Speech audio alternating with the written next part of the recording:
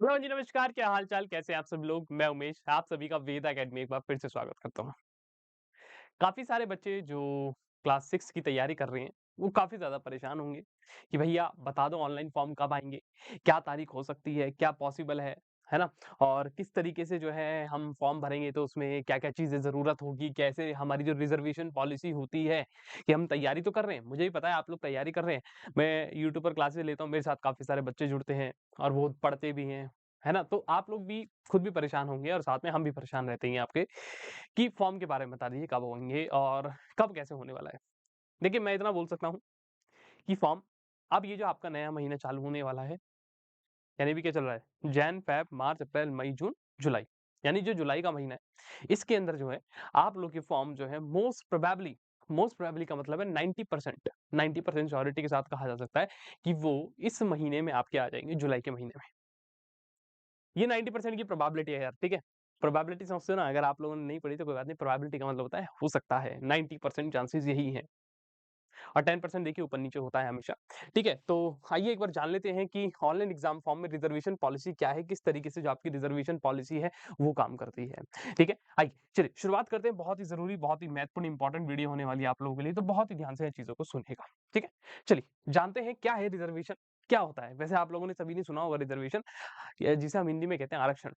आप लोग भी कहीं न कहीं किसी कैटेगरी से होंगे, कहीं न कहीं जनरल से, एससी से, एसटी से, ओबीसी से।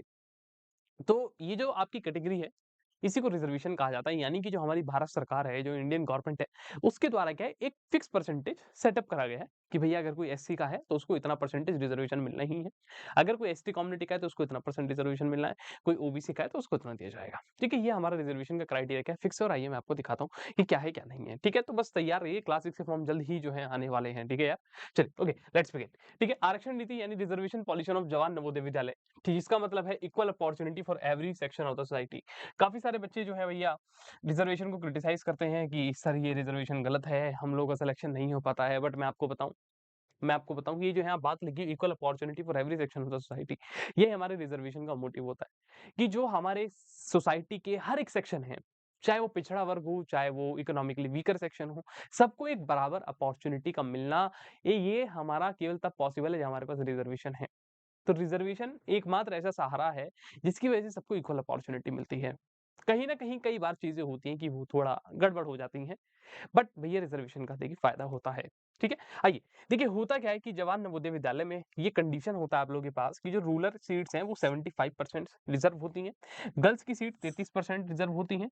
डिस्ट्रिक्ट बेसिस पर बात करते हैं एससी और एसटी की, यानी जो एससी और एसटी की सीट्स हैं वो डिस्ट्रिक्ट बेसिस पर रिज़र्व होती हैं और जो नॉन क्रीमी लेयर है ओबीसी, उनके बारे में भी आगे आपको मैं बताने वाला हूँ। ठीक है? तो ये कुछ हमारे क्राइटेरिया हैं जो रिजर्वेशन के होते हैं, और भी 2-3 हैं। मैं आपको अभी आगे सारी चीज़ें डिटेल में बताऊँगा, तो जब तक जुड़े रहिएगा। ठीक है?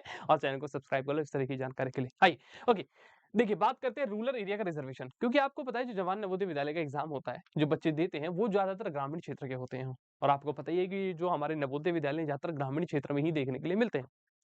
तो कहीं न कहीं सबसे ज़्यादा जो इम्पोर्टेंस है यहाँ पर वो रूरल एरिया यानी ग्रामीण क्षेत्र के बच्चे को ही दी जाती है। और कहीं न कहीं जब आप कभी जवाहर नवोदय विद्यालय के बारे में पढ़ेंगे, जानकारी लेंगे, तो वहाँ यही लिखा जाता है कि जवाहर नवोदय विद्यालय एक ऐसे इंस्टीट्यूट है, एक ऐसे विद्यालय हैं, जो इसलिए सेटअप करे गए थे ताकि जो हमारे ग्रामीण क्षेत्र में पिछड़े बालक हैं, जो पढ़ाई-लिखाई में कमज़ोर हैं, उनको आगे लाया जा सके। तो इसलिए यहाँ पर जो ग्रामीण है, रूरल है, उस पर ज़्यादा फ़ोकस रहता है। तो यहाँ ये कहा जाता है रूरल एरिया का रिज़र्वेशन 75% सीट्स जो होती हैं, वो रिज़र्व्ड होती हैं किसके लिए? रूरल एरिया के लिए। यानी भैया 75% सीट जो है, वो ग्रामीण क्षेत्र के लिए रिज़र्व है। सबसे खास बात और सबसे ज़रूरी चीज़ ये आपको याद रखनी है। अगर आप ग्रामीण क्षेत्र से हैं, तो अगर मान लीजिए कहीं पर 100 सीट है, कितनी है? 100 सीट है, तो 100 का 75% कितना बच्चे? 75 होता है। तो यानी 75 सीट, 100 में से 75 सीट आपकी ग्रामीण, यानी अगर आप ग्रामीण से तो आपके लिए है। यानी 75 सीट में से आप 1 सीट ले सकते हैं अपने लिए। और जो बची हुई 25 है, यानी जो बचा हुआ 25% है, वो किसके लिए हो जाता है? अर्बन, यानी कि जो शहरी क्षेत्र के बालक होते हैं उनके लिए। तो यही कहा जाता है, ये जो रिमेनिंग सीट्स हैं, अब रिमेनिंग सीट्स कितनी है? देखिए 75 तो यहाँ हो गई, है ना? 75% तो भाई यहाँ पे हो ही गई। तो बची कितनी? जो 25% सीट है, कितनी? 25% सीट वो किसके लिए? अर्बन, यानी कि जो शहरी क्षेत्र हैं उनके लिए क्या है? रिजर्व कर दी जाती है। ठीक है? यही बातें यहाँ पर हिंदी में लिखी हुई आप पढ़ सकते हैं। ठीक है? अब कभी किसी को क्लास 6 में एडमिशन लेना है, तो उसकी कंडीशन यही है कि भैया student must have study class 3rd, class 4th and 5th from a recognised ruler to claim this. अगर आपको इसका फ़ायदा लेना है, क्लेम का मतलब होता है इसका फ़ायदा लेना, बेनिफिट उठाना। अगर आप इसका फ़ायदा लेना चाहते हैं, तो आपका जो पढ़ाई-लिखाई है, वो रूरल एरिया से ही होनी चाहिए। यानी जो रूरल स्कूल हैं, यानी जो ग्रामीण क्षेत्र के जो विद्यालय हैं, वहाँ से आपको पढ़ा-लिखा होना चाहिए। तभी आप इसका फ़ायदा ले पाएँगे। ठीक है? आइए, अब बात करते हैं गर्ल्स का भी। कहीं न कहीं सबसे ज़रूरी है आज के समय में लड़की को पढ़ना और लड़कियों को पढ़ाना। देखिए, लड़की को पढ़ना भी ज़रूरी है, लड़कियों को पढ़ाना भी ज़रूरी है। तो हमारी जो सरकार है, जो गवर्नमेंट है, जो नवोदय विद्यालय हैं, या आप कहीं भी और अन्य जगह देखेंगे तो गर्ल्स के लिए रिज़र्वेशन होता है। चाहे अगर मैं कहूँ हमारा जो पार्लियामेंट है ना बच्चे, उसके अंदर भी गर्ल्स के लिए रिज़र्वेशन है। उसके लिए भी गर्ल्स का रिज़र्वेशन है कि हमारे पार्लियामेंट जो सीट्स हैं, उसका कहीं न कहीं 1/3% कितना 1/3% यानी कि लगभग 33.3% होता है। 1/3 का मतलब होता है 33.3%। ये फ्रैक्शन है 1/3। 1/3 का मतलब क्या है? अगर आप समझिए 1/3 इसका मतलब क्या है कि अगर टोटल 3 सीट्स हैं, तो 3 में से 1 लड़कियों की होती है। या अगर परसेंटेज में कहें, तो परसेंटेज में हम इसको बोल देते हैं 33% के आस-पास। वैसे होता है 33.33% है, लेकिन एप्रॉक्स 33 मान लेते हैं। तो यही कहा जाता है कि गर्ल्स का जो रिजर्वेशन है, वो 1/3 सीट्स पर होना ही चाहिए। यानी कि भैया टोटल सीट्स की 1/3 लड़कियों के लिए रिजर्व है। यानी अगर कहीं पर 90 सीट है ना, कहीं पर 90 सीट है तो उसमें से 90 का 1/3 बताओ कितना हुआ? आप कहोगे 30। तो 30 सीट लड़कियों के लिए रिजर्व है। ये बहुत अच्छी बात है। ये बहुत अच्छी बात है भाई।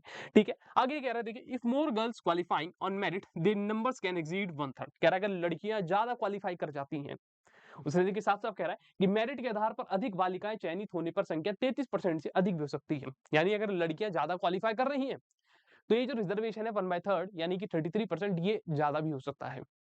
क्योंकि ये गर्ल्स का सेपरेट रिजर्वेशन है। ठीक है? तो देखिए यहाँ बताया भी गया है अगर टोटल सीट्स मान लीजिए आपके पास 90 हैं, तो मिनिमम गर्ल्स सीट होंगी 30 क्योंकि 90 का 1/3 कितना हो गया 30। आगे देखिए कह रहा है अगर 40 लड़कियां क्वालीफाई करती है तो भैया 40 की 40 को एडमिट कर लिया जाएगा। उनको एडमिट का मतलब भर्ती नहीं है कहीं तुम सोचो अच्छा हॉस्पिटल में एडमिट नहीं भाई एडमिट का मतलब एडमिशन दे दिया जाएगा। ठीक है? आगे जानते हैं एससी का रिजर्वेशन यानी जो शेड्यूल कास्ट यानी अनुसूचित जाति जो होती है उनका कैसे होता है? तो ये कहा जाता है कि जो एससी स्टूडेंट है उनका जो रिजर्वेशन होता है ना वो उनका जो रिजर्वेशन होता है वो कैसे होता है कि जिस भी डिस्ट्रिक्ट से वो बिलोंग करते हैं उसमें शेड्यूल कास्ट की पॉपुलेशन क्या है।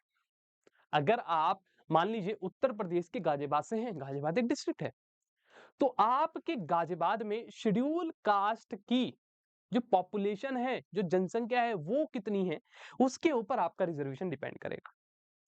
बट एक फिक्स क्राइटेरिया भी होता है, वो ये होता है कि इनका जो रिजर्वेशन है वो मिनिमम 15% होता है। कम से कम सॉरी ज्यादा से ज्यादा 15% रिजर्वेशन होगा।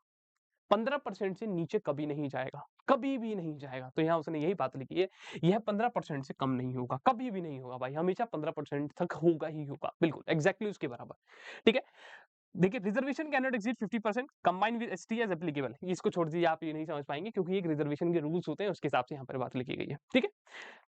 आइए आगे बात करते हैं एसटी यानी अनुसूचित जनजाति। इनका कितना होता है भैया? तो इनके लिए भी क्या होता है बच्चे, जिस ये डिस्ट्रिक्ट से हो, आप जिस भी डिस्ट्रिक्ट से हो, अगर आप शेड्यूल ट्राइब से हो यानी कि आप अनुसूचित जनजाति से हैं, अनुसूचित जनजाति से हैं, तो आपके क्षेत्र में कितने शेड्यूल ट्राइब्स हैं, आपका जो डिस्ट्रिक्ट है उसमें कितने शेड्यूल ट्राइब है, एसटी हैं, उसके बेसिस पर ही यहाँ पर भी रिजर्वेशन, जैसे सेम एससी का था सेम वैसे ही।